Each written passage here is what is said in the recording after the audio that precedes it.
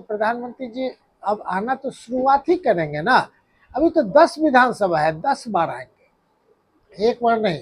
पहले जो भारत के प्रधानमंत्री होते थे बिहार में एक बार आते थे और पूरा इलेक्शन जीतते थे। इनको तो मधुबनी इससे 2015 में भी आए थे, जीत ही गए थे, 20 में भी आए, जीत ही गए थे।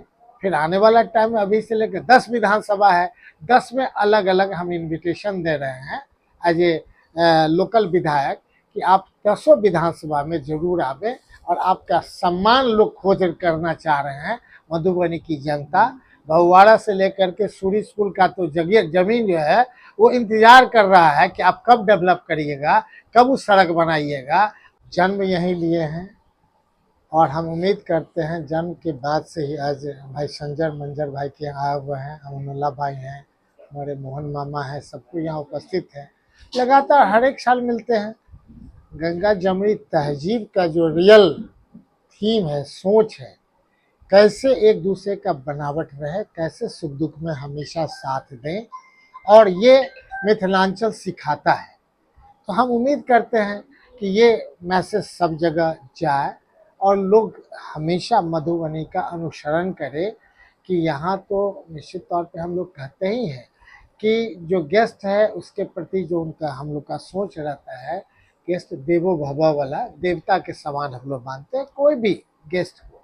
तो ये हमारी परंपरा रही है और यहाँ जिस ढंग से ईद के अवसर पर सारे समाज मिलजुल करके एक रहने का प्रयास करते हैं, ये बताता है कि आज तक के इतिहास में कभी कुछ नहीं हुआ और आगे भी कभी कुछ होने की संभावना नहीं है। अमानुल्लाह खान भी मधुबनी के डिप्टी मेयर है, वो भी यहाँ पे जी जी जी जी। तो निश्चित तौर पे हैं, अपनी बात को तो बता ही दिए हैं, है ना। और पूरा हम लोग उम्मीद करते हैं कि मधुबनी खूब आगे बढ़े, सोच आगे रहे। और आपने प्रधानमंत्री जी की चर्चा कर दी, आरके कॉलेज से बुबना उद्यान तक का कब बनाइएगा, और जो हमारा एरोड्रम पर जहां उतरिएगा तीनों मिला के 37 करोड़ का है, कम से कम आने से पहले उसका प्रोजेक्ट तो आपका दोनों सरकार मिलकर के सैंक्शन कर ले। विधानसभा विधान परिषद का तो कोई महत्व रहा नहीं। जो लोग आज हैं, माननीय मुख्यमंत्री जी भी हैं, आज डिप्टी सीएम भी है, सब बिहार विधान परिषद के। एक समय कहते थे विधान परिषद की आवश्यकता ही नहीं है, लेकिन आज वहीं के प्रोडक्ट हैं, अपर हाउस के प्रोडक्ट हैं। तो उन लोगों को तो नीचे जमीन पर भी बुझा नहीं रहा है। मधुबनी आएंगे तो बुझाएगा कि जमीनी मधुबनी की हकीकत क्या है, लोग आपसे क्या अपेक्षा करते हैं। सही कहा अमनुल्लाह भाई, एक से कोई प्रॉब्लम होता है तो हॉस्पिटल जाइए, उसका इलाज नहीं होता है। कोई थाना जाइए, उसका समस्या सुना नहीं जाता है। कोई ब्लॉक जाइए, बिना पैसे का भ्रष्टाचार में लिप्त है। तो आप चैनल पर क्या आज ईद के अवसर पे हमसे कहवाना चाहते हैं?